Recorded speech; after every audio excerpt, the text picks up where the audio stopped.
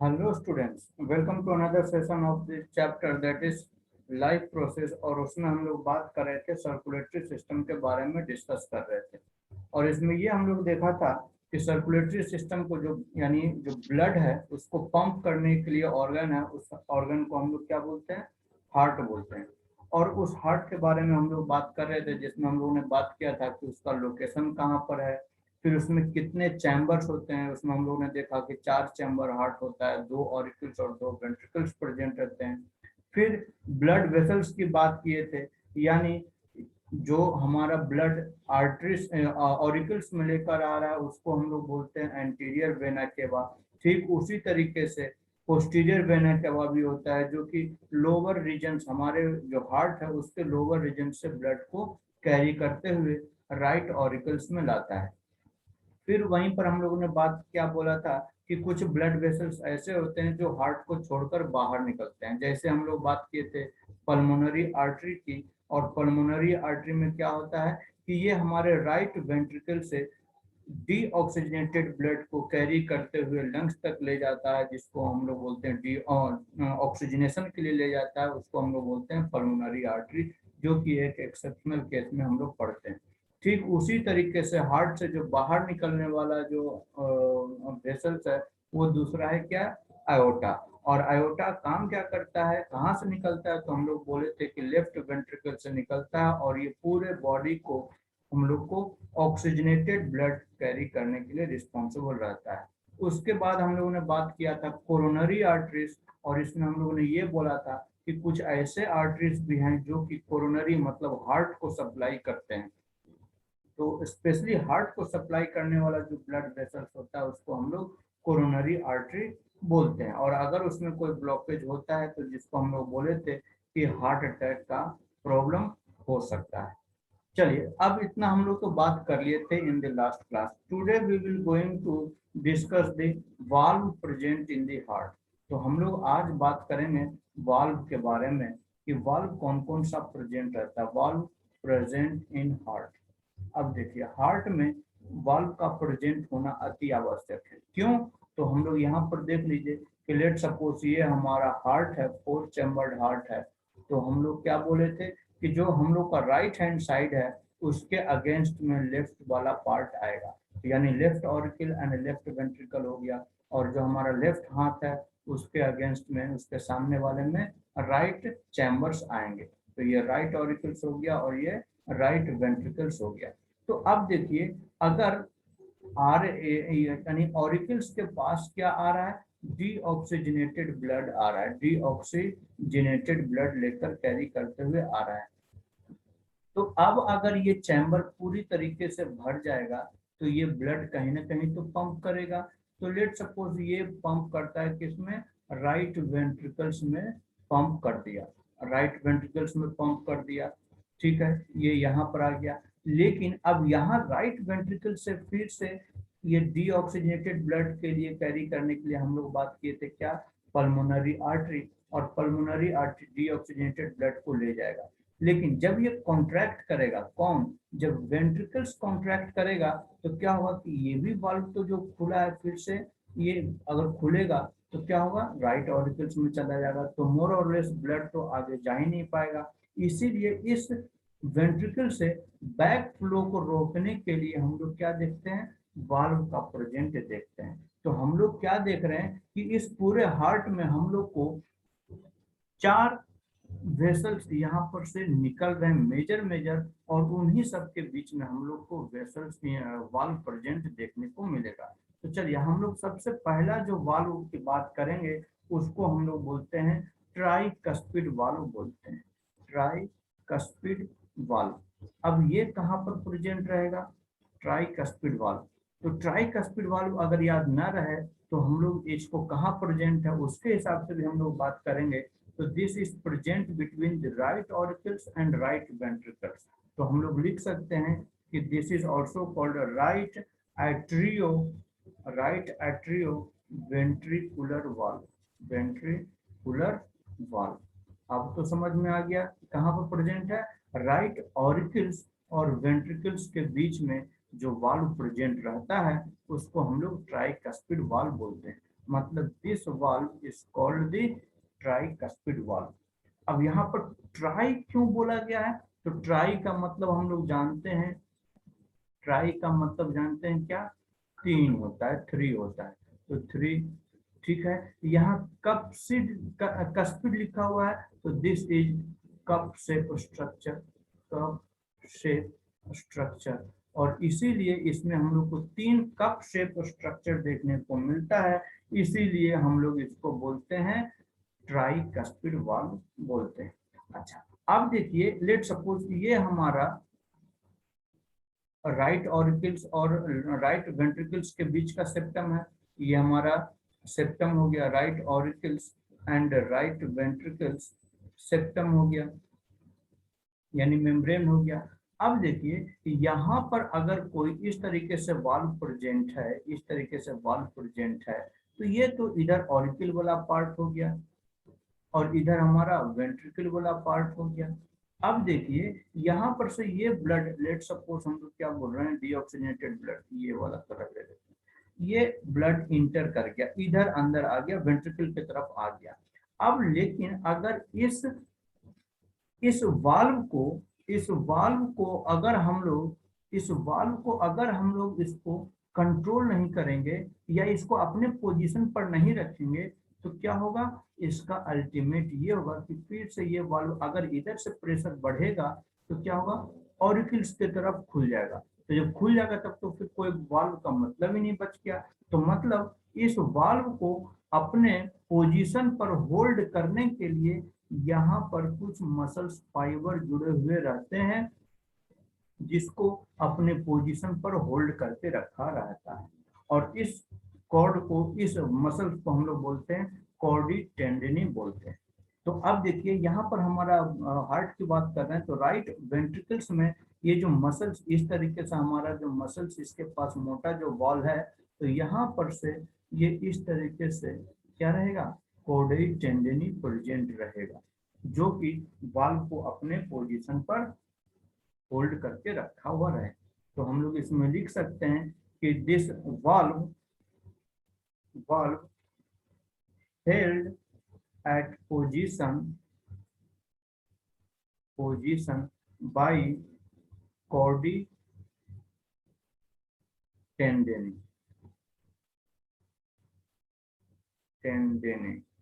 ठीक है, जिसके कारण क्या होता है कि वो बैक फ्लो ना हो, और बैक फ्लो नहीं होगा तो वाल्व सही तरीके से काम कर जाएगा।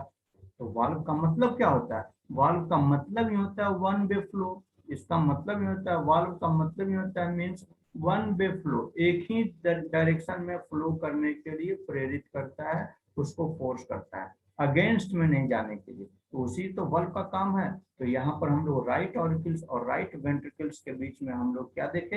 एक वाल्व देखे, जिसको हम लोग बोले ट्राइकस्पिड वाल्व, या उसको हम लोग बोलते हैं राइट एट्रियो वेंट्रिकुलर वाल्व। और उसको रोकने के लिए क्या प्रेजेंट है?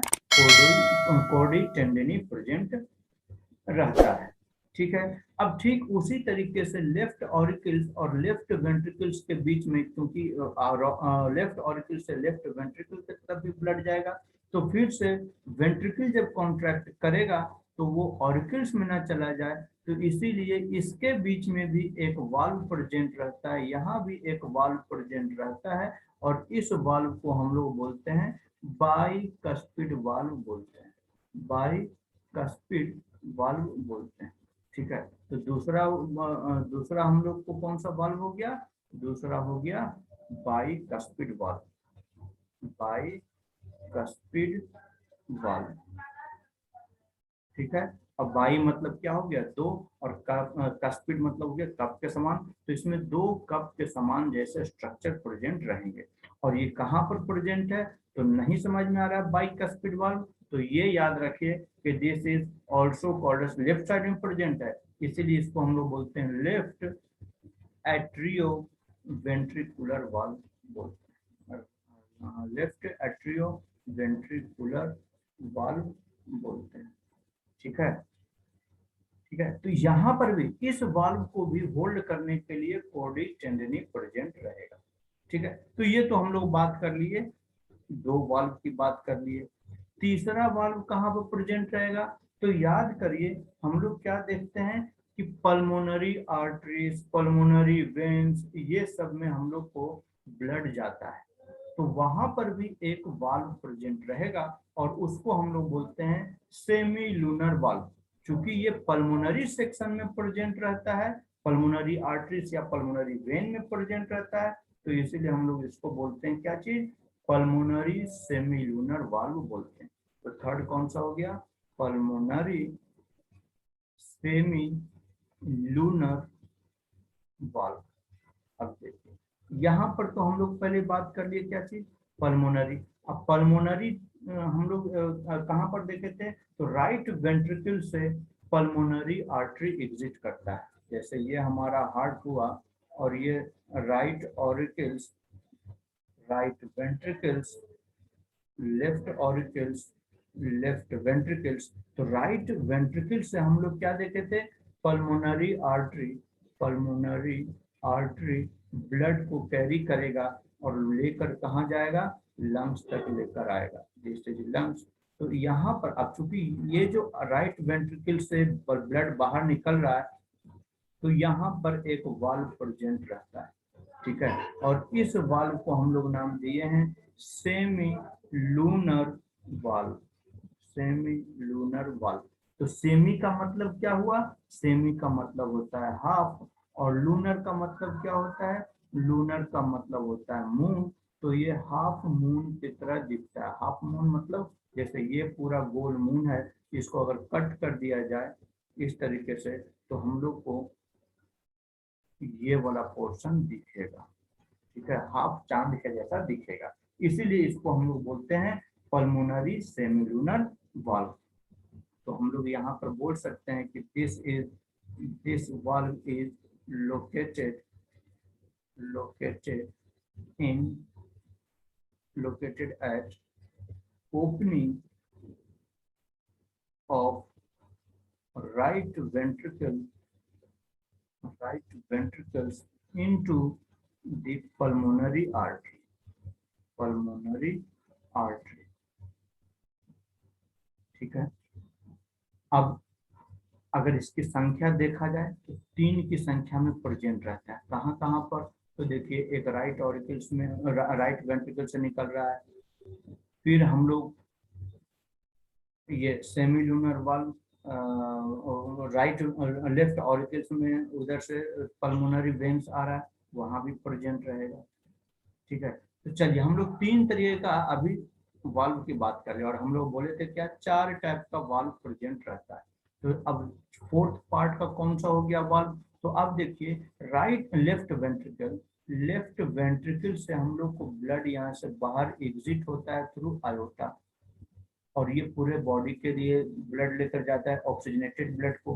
तो यहाँ पर भी एक वाल्व प्रेजेंट रहेगा, और इस वाल्व को भी हम लोग बोलते हैं सेमी लूनर वाल्व बोलते हैं, क्योंकि आयोटा में प्रेजेंट है तो इसलिए हम लोग इसको बोल देते हैं आयोटिक सेमी लूनर वाल्व बोल देते हैं, ठीक है। तो नेक्स्ट वाल्व कौन सा हो गया, नेक्स्ट वाल्व हो गया, फोर्थ वाल्व कौन सा हो गया, aortic, aortic semi lunar valve,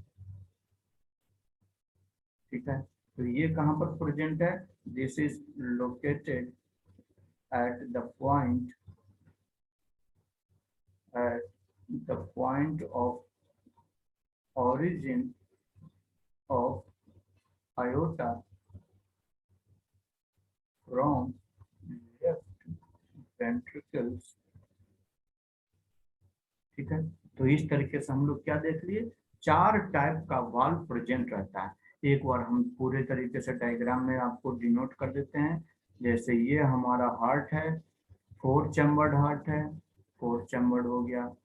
अब हम लोग कहाँ कहाँ पर प्रेजेंट, अच्छा यहाँ पर क्या हो रहा है, यहाँ पर हम लोग को ब्लड वेसल्स, डीऑक्सीजनेटेड ब्लड आ रहा है, डीऑक्सीजनेटेड ब्लड किसमें आ रहा है, तो राइट ऑरिकल्स में, this is left auricles, this is right ventricles, this is right left ventricles हुआ। उसके बाद राइट वेंट्रिकल से हम लोग को पल्मोनरी आर्टरी लेकर जाता है, फिर इधर से हमारा लेफ्ट ऑरिकल्स में पल्मोनरी वेन ब्लड को, ऑक्सीजनेटेड ब्लड को कैरी करते हुए आता है, और लेफ्ट वेंट्रिकल से हम लोग को आयोटा जिसको बोलते हैं वो ब्लड को, ऑक्सीजनेटेड ब्लड को कैरी करता है टू बॉडी। ठीक है, तो अब कहाँ कहाँ पर वाल्व प्रेजेंट है, तो राइट ऑरिकल्स और राइट वेंट्रिकल्स के बीच में एक वाल्व प्रेजेंट है। इस वाल्व को हम लोग बोल दिए ट्राई कस्पिड वाल्व बोल दिए, या राइट आर्टरी वेंट्रिकुलर वाल्व बोल दिए। राइट वेंट्रिकल से पल्मोनरी आर्टरी में एक वाल्व प्रेजेंट रहता है, उस वाल्व को हम लोग बोल दिए, क्योंकि पल्मोनरी सिस्टम में ये वाल्व प्रेजेंट है तो पल्मोनरी सेमी लूनर वाल्व बोल दिए, सेमी लूनर वाल्व। ठीक है, फिर लेफ्ट ऑरिकल्स और लेफ्ट वेंट्रिकल्स के बीच में एक वाल्व प्रेजेंट है, तो इस वाल्व को हम लोग बोल दिए बाइकस्पिड वाल्व, बाइकस्पिड वाल्व बोल दिए। और फिर आयोटा और लेफ्ट वेंट्रिकल्स के बीच में एक वाल्व प्रेजेंट है, इस वाल्व को हम लोग बोल दिए आयोटिक सेमी लूनर वाल्व बोल दिए, सेमी लूनर वाल्व। ठीक है, तो इस तरीके से हम लोग देख लिए कितना 4 different types of valve present रहता है। ठीक है, अब हम लोग बात करते हैं कि circulation of blood in heart, heart में कैसे ब्लड सर्कुलेट करेगा उसके बारे में डिस्कस करना है। बड़ा इंपॉर्टेंट टॉपिक है, ध्यान दीजिएगा। क्या बात कर रहे हैं, circulation of blood in heart, heart में किस तरीके से ब्लड सर्कुलेट करेगा उसके बारे में बात करें। तो यहाँ पर हम लोग 2 चीज बात करेंगे, कैसे। अब देखिए हार्ट में, ये अगर हार्ट है, 4 चैम्बर्ड हार्ट है, ये ऑरिकल्स हो गया, नीचे वेंट्रिकल्स हो गया। तो अब देखिए एक समय को सोचिए कि अगर इस ऑरिकल्स में ब्लड आ गया, दोनों तरफ से ब्लड आ गया, इसमें हमारा ब्लड आ गया, ये पूरा भर गया। ठीक है, तो अब वेंट्रिकल्स में आना है तो क्या काम करना पड़ेगा, वेंट्रिकल्स में आने के लिए इस ऑरिकल्स को कॉन्ट्रैक्ट करना पड़ेगा। तो हम लोग कॉन्ट्रैक्शन के लिए हम लोग ये बात बोलते हैं यहाँ पर, क्या चीज कि ये क्या उसको बोलते हैं, ऑरिकल कॉन्ट्रैक्शन यहाँ हम लोग बोलते हैं, ऑरिकल्स का कॉन्ट्रैक्शन होगा। तो ऑरिकल्स का कॉन्ट्रैक्शन होगा तो हम लोग को जो बीच में यहाँ पर वाल्व प्रेजेंट है, tricuspid valve and bicuspid valve, उस पर प्रेशर पड़ेगा, ये ओपन होगा, और जितना भी इधर से लेफ्ट राइट वेंट्रिकल्स और राइट ऑरिकल्स के बीच में जो ब्लड है वो राइट वेंट्रिकल्स में आ जाएगा। ठीक उसी तरीके से लेफ्ट ऑरिकल वाला ऑक्सीजनेटेड ब्लड लेफ्ट वेंट्रिकल की तरफ आ जाएगा। ठीक है, अभी तक यहाँ पर आया। अब क्या होगा कि ये रिलैक्स करेगा, कौन रिलैक्स करेगा, ऑरिकल्स रिलैक्स करेगा। अच्छा, रिलैक्स करता है उसको बायोलॉजी के टर्म में हम लोग क्या बोलते हैं, तो उसको बायोलॉजी को में हम लोग बोलते हैं डायलेशन होना। ठीक है ना, तो कॉन्ट्रैक्शन एंड रिलैक्सेशन, तो डायलेशन क्या हो गया, रिलैक्स करेगा, और जो ये कॉन्ट्रैक्ट करेगा उसको क्या बोलते हैं, सिस्टोल बोलते हैं। ठीक है ना, कॉन्ट्रैक्शन करना, तो ये सिस्टोलिक प्रेशर रहेगा जिसके कारण वेंट्रिकल्स में आ गया ब्लड, या सिंपली छोड़ दीजिए डायस्टोल और सिस्टोल क्या होता है छोड़ दीजिए, सिंपली बात समझिए कि ऑरिकल्स कॉन्ट्रैक्ट करेगा तो प्रेशर बढ़ेगा और वेंट्रिकल्स में ब्लड आ जाएगा। अब ये ऑरिकल्स रिलैक्स करेगा, रिलैक्स करेगा तो ये जो वेसल, ये जो वाल्व है ये अपने पोजीशन पर आएगा, और चूंकि यहाँ पर ऑरिकल्स में क्या हो जाएगा, वैक्यूम क्रिएट हो जाएगा, क्योंकि सारा ब्लड तो इसमें पंप कर दिया वेंट्रिकल्स में, ये दोनों ऑरिकल्स वैक्यूम जैसा काम करना शुरू करेगा। तो ये वाल्व को चाहेगा कि अपने तरफ खींचे, क्योंकि प्रेशर एक्सर्ट करेगा, क्योंकि ये सब वाल्व दोनों बाइकस्पिड और ट्राइकस्पिड वाल्व कोर्डेट टेंडेनी से जुड़ा हुआ है, तो ये क्या हो जाएगा, अपने पोजीशन पर आकर फिक्स हो जाएगा, ये इस तरीके से फिक्स हो जाएगा, अब ये आगे नहीं जाएगा। अब इस दौरान में क्या होगा, अच्छा इस दौरान फिर क्या होगा, तो दोनों तरफ जो हमारा और इसके पास से ब्लड आ रहा है वो फिलअप हो जाएगा, क्योंकि इधर से खींचना शुरू कर देगा। अब दूसरा बात क्या होगा कि ये वेंट्रिकल्स करेगा कॉन्ट्रैक्ट, अब वेंट्रिकल्स कॉन्ट्रैक्ट करेगा तो वेंट्रिकल से एक पल्मोनरी आर्टरी है, उसमें ब्लड पंप हो जाएगा, क्योंकि इधर ऑरिकल्स में तो जा नहीं सकता है। ठीक उसी तरीके से लेफ्ट वेंट्रिकल से लेफ्ट ऑरिकल्स में नहीं जा सकता है, तो ये कॉन्ट्रैक्ट करेगा तो एक तरफ चला जाएगा आयोटा में और एक तरफ चला जाएगा पल्मोनरी आर्टरी में। पल्मोनरी आर्टरी वाला लेकर कहाँ चला जाता है, लेकर चला जाता है लंग्स तक लेकर चला जाएगा, और ये आयोटा पूरे बॉडी तक लेकर चला जाएगा। तो इसीलिए ये आयोटा को पूरे बॉडी में सप्लाई करना आता है, और इसको वेंट्रिकल्स को इधर पल्मोनरी आर्टरी के थ्रू लंग्स तक ले जाना रहता है। इसीलिए हम लोग क्या बोले थे कि जो वेंट्रिकल वाला पार्ट होता है, मसल्स होता है, वो मोटा होता है, थिक होता है, क्योंकि इसमें ज्यादा फोर्स कॉन्ट्रैक्ट करना पड़ता है, ज्यादा फोर्स देना पड़ता है। ठीक है, तो हम लोग क्या बोले कि यहाँ पर दो चीजें आई। क्या चीज, एक कॉन्ट्रैक्शन, कॉन्ट्रैक्शन ऑफ हार्ट, ठीक है, जिसको हम लोग क्या बोलते हैं, जिसको हम लोग बोलते हैं सिस्टोल बोलते हैं, सिस्टोल, नाम खाली याद रखिएगा और क्या। और दूसरा क्या बोले, डायलेशन या रिलैक्सेशन, रिलैक्सेशन यानी रिलैक्सेशन ऑफ हार्ट, जिसको हम लोग बोलते हैं डायस्टोल बोलते हैं। ठीक है, तो एक बार यहाँ पर सिस्टोल क्या हो रहा है, पहले ऑरिकल सिस्टोल, ऑरिकल्स कॉन्ट्रैक्ट कर रहा है, तो हम लोग इसको बोल देंगे एट्रिया या ऑरिकल सिस्टोल। फिर वहीं पर क्या करेगा, वेंट्रिकल भी सिस्टोल, सिस्टोलिक कंडीशन में जाएगा, वेंट्रिकल भी कॉन्ट्रैक्शन करेगा, तो वहां पर हम लोग बात करेंगे सिस्टोल ऑफ वेंट्रिकल्स। ठीक है, तो इस तरीके से पूरे ब्लड का सर्कुलेशन होगा। ठीक है, अब हम लोग बात करते हैं क्या, ये सर्कुलेशन ऑफ ब्लड की बात करें, ये हार्ट में कैसे हुआ जो बात की। अब यहाँ से बाहर निकलेगा, यानी अगर हम लोग बात करें यहाँ से ब्लड बाहर निकलेगा, तो सबसे पहली बात ये समझ में आई कि चलिए ठीक है, मान लीजिए कि हार्ट कॉन्ट्रैक्ट किया, यानी ऑरिकल्स और वेंट्रिकल दोनों कॉन्ट्रैक्ट किया, दोनों रिलैक्स कर रहा है, नो डाउट किया, करेगा, कोई बात नहीं। लेकिन इसके पास मैसेज कहाँ से आएगा कि अभी हार्ट को कॉन्ट्रैक्ट करना है कि हार्ट को रिलैक्स करना है। तो इसके लिए ये इसके पास जो कमांड आता है वो आता है पेस मेकर से आता है। अब बोलिएगा ये पेस मेकर क्या है, तो हम लोग पढ़ेंगे नेक्स्ट टॉपिक जिसको बोलते हैं पेस मेकर। देखिए आपके एनसीईआरटी से बहुत लेवल ऊपर हम पढ़ा रहे हैं, आपके एनसीईआरटी में इतना नहीं पढ़ना है, लेकिन क्या होता है कि जैसे जो बोर्ड का जो पेपर चेक करते हैं 10th का, और अगर हार्ट का डायग्राम बनाने को आ गया है और आपके एनसीईआरटी में वाल्व का जिक्र नहीं किया गया है, और अगर वाल्व आप नहीं दर्शाते हैं, नहीं डिपिक्ट करते हैं डायग्राम में, तो वहां पर आपका नंबर कट जाएगा। इसीलिए बोल रहे हैं कि थोड़ा सा डिटेल ही सही, लेकिन आपको सही सही जानकारी होनी चाहिए। ठीक है, तो अब हम लोग बात करते हैं पेस मेकर। तो ये पेस मेकर क्या है, तो जो इम्पल्स हार्ट को जा रहा है, यानी उसको कॉन्ट्रैक्शन करना है, रिलैक्सेशन करना है, क्या काम करना है, उसके लिए ओरिजिनेट कमांड कहाँ से आएगा, उसी उसी को हम लोग बोलते हैं पेस मेकर बोलते हैं। यानी बोल सकते हैं इम्पल्स, इम्पल्स और command which start the heartbeat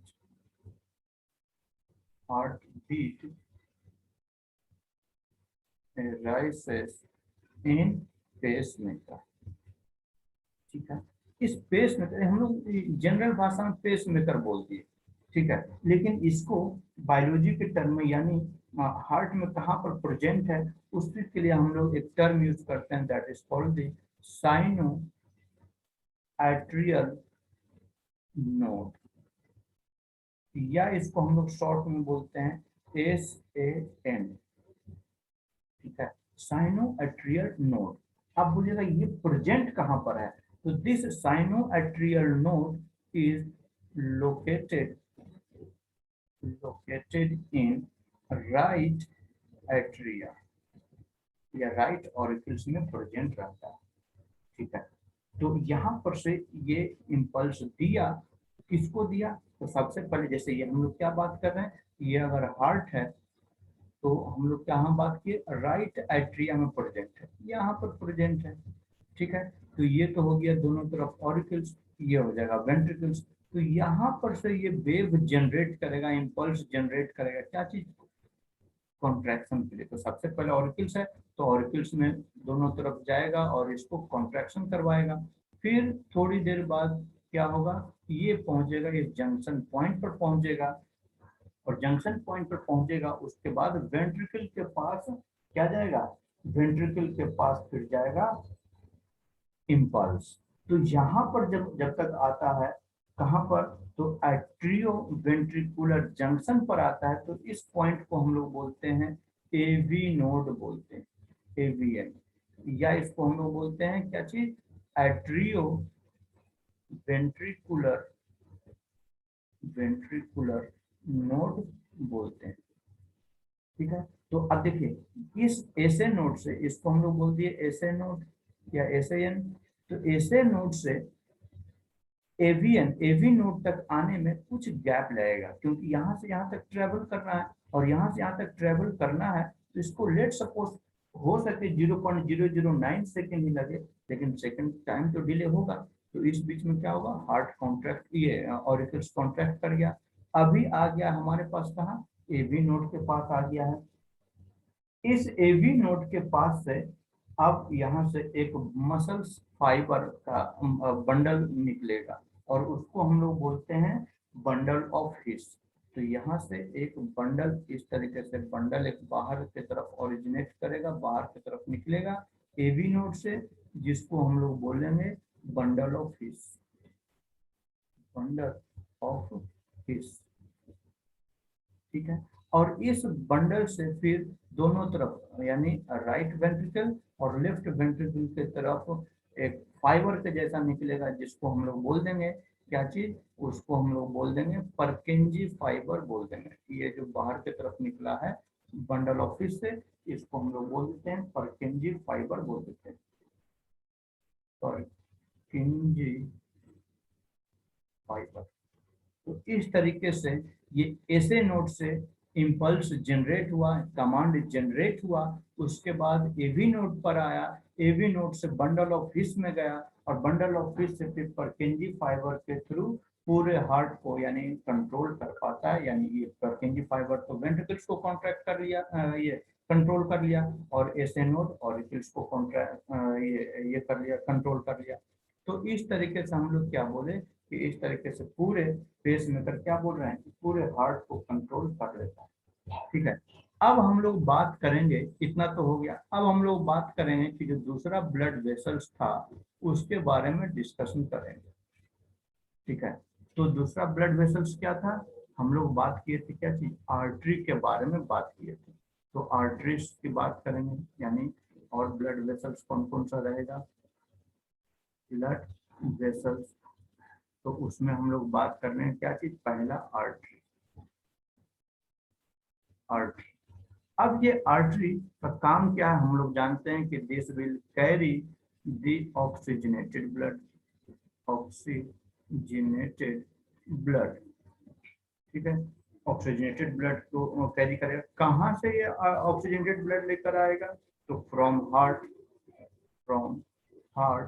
to different part of body. ठीक है, इस तरीके से ये एग्जिस्ट करेगा। अब इसका अगर आर्टरी का अगर हम लोग इंटरनली अगर डाइसेक्ट करके देखें, तो इसके पास थिक मस्कुलर वाल प्रेजेंट रहता है, दिस इज थिक, तो दिस द आर्टरी है थिक मस्कुलर वाल, मस्कुलर वाल बोल रहे हैं, मस्कुलर वॉल।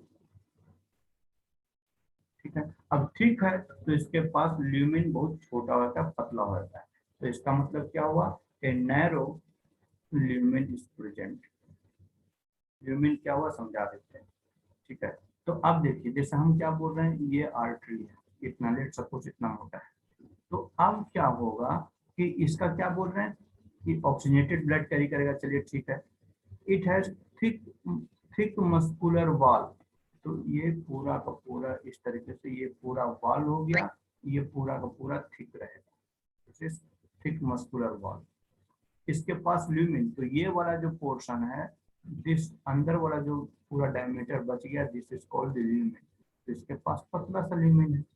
ठीक है, इसके पास क्यों मोटा है ये समझिए। तो चूंकि बहुत हार्ट से निकला और बहुत दूर तक इसको कैरी करके लेके जाना है, और हार्ट से निकला तो इसके पास प्रेशर बहुत ज्यादा है। तो प्रेशर बहुत ज्यादा है, अगर पतला रहेगा तो फट भी सकता है, खराब हो सकता है, रप्चर हो सकता है। इसीलिए उस प्रेशर को झेलने के लिए क्या रहता है, इसका पूरा जो वॉल रहता है वो ठीक रहता है, मोटा रहता है। और उसी तरीके से इसका ल्यूमेन क्या हो गया, पतला हो गया। चलिए अब हम लोग बात करेंगे दूसरा blood vessels, that is when. When, अब वेन का काम क्या है, तो this will carry the deoxygenated blood, deoxygenated blood. अच्छा, एक्सेप्शन केस हम यहाँ नहीं बात करें, एक्सेप्शन केस हम हार्ट में ही बात करेंगे कि अगर यही पल्मोनरी वेन रहा तो वो ऑक्सीजनेटेड ब्लड कैरी करेगा, कहाँ से, तो लंग्स से लेकर हार्ट तक लेकर आएगा। और वहीं पर पल्मोनरी आर्टरी की बात करेंगे तो वो हार्ट से pulmonary artery deoxygenated blood carry करेगा, लंग्स तक लेकर जाएगा फॉर द प्यूरिफिकेशन। ठीक है, तो हम लोग यहाँ पर वेन की बात करें तो ये डीऑक्सीजनेटेड ब्लड कैरी करेगा। अब अगर इसकी हम ये कहाँ पर से ब्लड लेकर आएगा, तो different parts of the body से को ब्लड को लेकर आएगा, हार्ट तक लेकर आएगा। ये बात भी समझ में आ गया। अगर इसकी हम लोग डायमीटर यानी इसका अगर डायग्राम देखें तो when has when has thin muscular wall, thin muscular wall.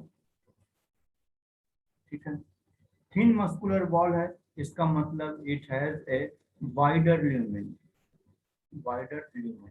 अब जब ज्यादा मोटा ल्यूमेन है, डायमीटर है, तो इसके लिए इसके पास वेन के पास वाल्व प्रेजेंट रहेगा, है वाल्व। तो डायग्राम में क्या बोल रहे हैं, जैसे ये हमारा इसका वेन का डायग्राम है, तो इसका वॉल जो है पतला है, ये वॉल हो गया। ठीक है, पतला हो गया एज कंपेयर टू आर्टरी। तो ये वाला जो डायमीटर है हमारा ल्यूमेन है, खाली जगह है, तो इसके पास वाइडर ल्यूमेन हो गया। तो चूंकि अब ये दूर तक कैरी करता हुआ डीऑक्सीजनेटेड ब्लड को लेकर जा रहा है, लेट सपोज मान लीजिए कोई ऑर्गन है, इस तरीके से लीवर है, ठीक है, यहाँ से ब्लड वेसल्स निकला, डीऑक्सीजनेटेड ब्लड को निकला, और फिर से अगर डीऑक्सीजनेटेड ब्लड को फिर ये कैरी करता हुआ हार्ट तक लेकर आएगा। लेकिन अगर इसमें वाल्व प्रेजेंट न रहा तो हो सकता है ये बैक फ्लो करके हमारे ऑर्गन्स को खराब कर सकता है, वहीं पर बार बार डीऑक्सीजनेटेड ब्लड को डिपॉजिट करना शुरू कर देगा, बार बार जाएगा, तो हमारा जो लंग जो भी ऑर्गन्स है वो इफिशिएंटली काम नहीं करेगा। इसीलिए क्या होता है कि इसको वन फ्लो करने के लिए, क्योंकि ल्यूमेन बहुत ज्यादा मोटा है, बड़ा है, तो क्या होगा, यहाँ पर प्रेशर डिक्रीज कर जाएगा, डिक्रीज कर जाएगा तो हो सकता है ब्लड बैकफ्लो जा सकता है, उसको रोकने के लिए इसके पास वाल्व प्रेजेंट रहता है। ठीक है, तो ये हम लोग बात कर लिए, वेन्स की बात कर लिए। इसके बाद हम लोग क्या देखते हैं कि आर्टरी जो होता है, आर्टरी फिर वो सब ब्रांचेस में टूटते हुए एक फाइन नेटवर्क बनाता है, जिसको हम लोग बोलते हैं कैपिलरी बोलते हैं, कैपिलरी। तो कैपिलरी क्या बोल रहे हैं कि this is a narrow tube, narrow tube. अब ये नैरो ट्यूब तो है, ये बना किसी से, तो इतना फाइन हो जाता है कि इसका पूरा लेयर, क्योंकि ये कहाँ से बनते हुए आ रहा है, ये आर्टरी, आर्टरी से और फाइनर पार्ट में टूटा तो हम लोग बोल देते हैं आर्टेरियोल, आर्टेरियोल और फाइनर पार्ट में टूट जाएगा, यानी ब्रांचेस में डेवलप होगा, तो उसको हम लोग बोलते हैं कैपिलरी। तो इस कैपिलरी में सिंगल सेल्स का लेयर प्रेजेंट रहता है। तो हम लोग बोल सकते हैं कि its wall consist of a single layer of the squamous epithelium, squamous epithelium। ठीक है, इपिथेलियम, तो यहाँ पर सिंगल लेयर का बना हुआ है, तो ये काम क्या करेगा, तो दिस विल हेल्प इन क्या चीज, डिफ्यूजन प्रोसेस होने के लिए ये हेल्प करेगा, डिफ्यूजन प्रोसेस। तो लगभग ये कैपिलरीज हमारे ऑर्गन के आसपास में रहेगा कि यहाँ पर से जो भी ब्लड लेकर जाएगा, ऑक्सीजनेटेड ब्लड मतलब ऑक्सीजन कैरी करते हुए जाएगा, तो ये डिफ्यूजन प्रोसेस के थ्रू वो ट्रांसपोर्ट ऑर्गन्स में कर देगा। तो it helps in diffusion of gases, या हम लोग सिंपली बोल सकते हैं एक्सचेंज ऑफ गैसेस। ठीक है, तो ये सब तमाम बातें आज हम लोग देखें। अब हम लोग बात करेंगे कि हमारे हार्ट में दो बार ब्लड एंट्री करता है। एक बार हार्ट से लंग्स में जाता है और लंग्स से प्यूरिफाई होने के बाद हम लोग को हार्ट में आता है, और फिर वो हार्ट से ब्लड पूरे different parts of the body में जाता है। तो हम लोग उसको बोलते हैं डबल सर्कुलेटरी सिस्टम बोलते हैं। तो उसके बारे में हम लोग नेक्स्ट डे डिस्कस करेंगे। आज के लिए इतना ही रहने देते हैं।